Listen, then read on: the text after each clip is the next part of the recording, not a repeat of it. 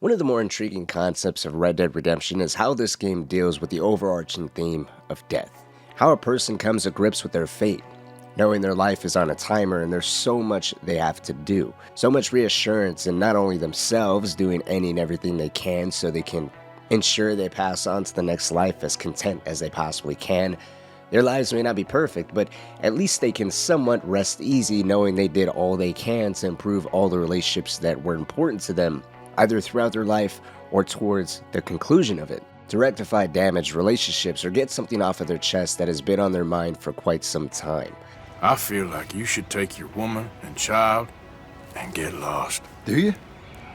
You could give something to Jack. It's that or... Well, I don't see no way out of this. But do it, for me.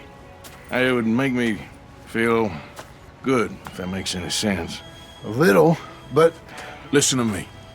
When the time comes, you gotta run and don't look back. This is over.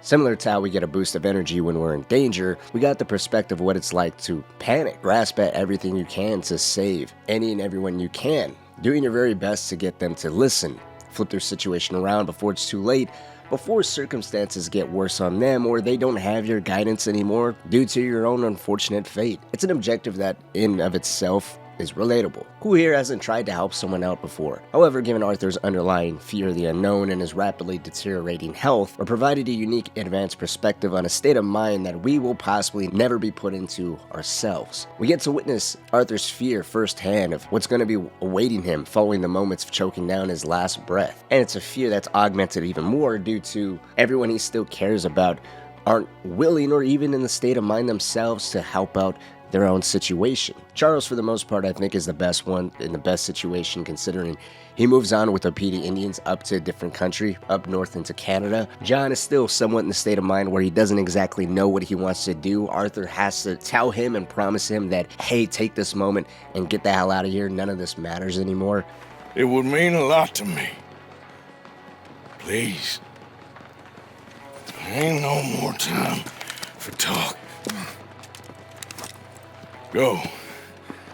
Arthur! Go to your family. Arthur! Get the hell out of here and be a goddamn man. And then, of course, there's Sadie that's still hell-bent on not only revenge for the rest of the O'Driscolls, but she's completely devoted the rest of her life to this new lifestyle. She's gone. She's not willing to be domesticated anymore. And despite of everything else going on, Arthur still cares very deeply for Dutch, at least in terms of the good ending. He still pleads with Dutch to look at what he's doing, where he's going, how this is turning out for the entire gang. What's going on with him? I think it's apparent he still quite cares for Dutch in the end, but Arthur is certainly not the only death witnessed throughout the entire game. There's plenty of it, with characters both close to him and those who are on the opposing side of his good graces, but with Arthur being the main protagonist and of course the perspective we are given throughout our journey, the main story's narrative, naturally Arthur's death hits the hardest and is the most intimate. I don't think there was a single dry eye when he crawled over to the ledge and we saw him starting to struggle more and more with his breathing as he stared out to the sunrise.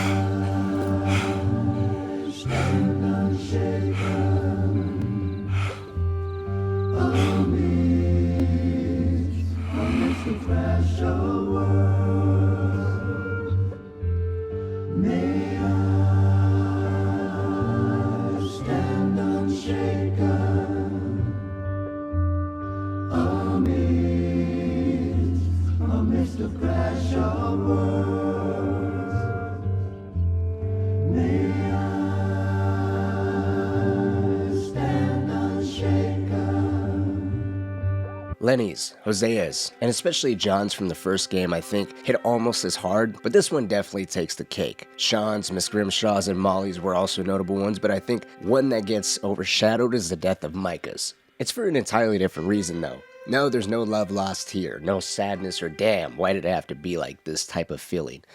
I think it's actually the complete opposite. Our own investment in trying to get this rat bastard, this soulless piece of shit that tormented Arthur throughout the story, and is often blamed for the entire downfall of the Vanderlyn gang, and because of it all and how everything transpired, is considered responsible for the deaths of Lenny, Hosea, And I mean, he outright shot Miss Grimshaw, so there's no speculation there. But it's because of that sigh of relief, that rejoice, that happiness that we finally got him. We don't realize the final giant middle finger Micah gives us. Technically, his death is the one that caused the events of Red Dead Redemption. Yes, of course, there's no mention of Micah in the original Red Dead Redemption, but I would say Rockstar could have easily used Micah's death similar to how they used Arthur in the first game. They just don't mention it. They could have essentially left the death at Micah at just that. Let everyone be happy at the fact that we finally got the person that betrayed us and we all wanted to kill from almost the very start of the game. But instead, it was because of his corpse found in Mount Hagen by Edgar Ross and Archer Fordham in the game's credits. These are the two agents that hold Abigail and Jack in custody, forcing John to hunt down the previous Linde Gang members in the first game. It's a good chance that they were actually tracking down Micah and instead found someone that managed to do their job for them. And if that person was able to take out someone as vicious and as intimidating as Micah Bell himself, well, then it would make sense for the agents to be interested in the exact person responsible for the death of this monster. Micah's death was cleverly used as a narrative device, a final fuck you from beyond the grave. It triggered a series of events that essentially outed John Marston as still being alive, and in the area that he may well still have a bounty on in his head. It may not be an active bounty per se, but taking into account John's massive rap sheet, and of course, never facing any repercussions of what transpired during the Blackwater Massacre, or let's even say something much sooner, such as escaping from Cynic Penitentiary, resulting in the death of countless lawmen. For those of us that have already played the original Red Dead Redemption, we already know how vengeful and unrelenting Edgar Ross is. It's strange you should say that, Mr. Marston, because according to my files, you are the whore's son. Now, what else can I recall from the files? Ooh, let's see. You killed hundreds of innocent people. You've robbed at least 40 banks that we're aware of. They told us there was a prize when you got to 50. I'm glad this is all such a joke to you. I want my family. And I'm sure all the men you murdered wanted their families too.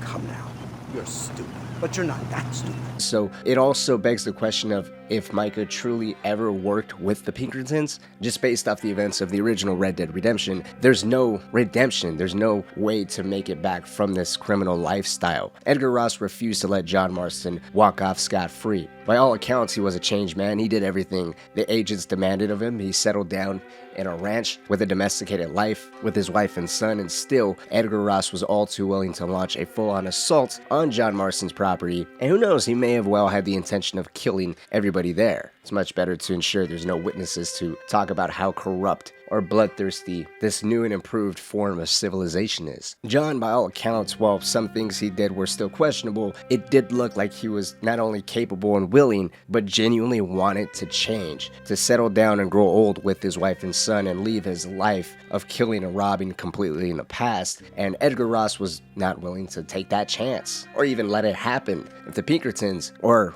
Ross's superior, that being Agent Milton, actually did work with Micah Bell and was fully aware of this man's nature, and of course it would make sense that he would come back around and try to tie up this loose end. Whether if Micah did work with the Pinkertons or not, it sounds like after the events of the main story of Red Dead Redemption, when Micah went out and formed his own gang, he definitely went off the rails with the brutality being completely cranked up, so either way, Micah had to be stopped, and there is not much of a surprise that there was some type of hell headed his way. In a way, it echoes Dutch's old sentiments. Revenge is a fool's game. By gratifying themselves with avenging the death and memory of Arthur, John was revealed to still be alive. Which, by just going based off the discussion between Charles and John when they come into contact again during the mission Bare Knuckle Friendships, and Charles is out there in Saint Denis throwing fistfights, they both thought each other were dead. It sounds like everybody believed everybody was dead, and they all just decided to go their separate ways, at least as far as the enforcers go. That being Sadie, John, Charles, and actually even Uncle. The women did too, but they more or less kept in contact, that being Mary Beth and Tilly. Anyways, unfortunately, we don't know if Killing Micah lets anything tying back to Charles and Sadie, who left the entire region, but for at least John, if it wasn't for him going after Micah, he may very well have lived well into his old age, to pass away peacefully at his ranch and possibly even see grandkids, and Jack altogether would have avoided the life that he got sucked into, that his parents tried so hard to keep him out of. It's a series of events that ultimately could have been avoided if John would have even listened to Abigail, who pleaded and begged to just leave it all in the past. It's a combination and mixture of multiple things, and in the end, it leads back to just Micah being a piece of shit. But let me know what you think. Do you think that if John decided to let it be, Charles and Sadie would have still went forward with trying to take out Micah themselves? Would that have resulted in a three-way fight between whatever agents came with Archer and Ross, caught in the middle of this fight between Charles, Sadie, Micah, and his men? Or do you think they would have left it all in the past, not worry about it, and eventually Micah would have been caught up to by the law? Who knows? Maybe even Dutch would have been caught in some crossfire between Micah and his men and the agents that are pursuing after Micah and his gang. But let me know what you think down in the comment section below. I thought this was pretty interesting, or at least an interesting take, because when you go back and even just look at the credits or the concept of revenge, and as I said at the beginning of the video, death itself, Micah's death is significant because it almost directly leads into the first game.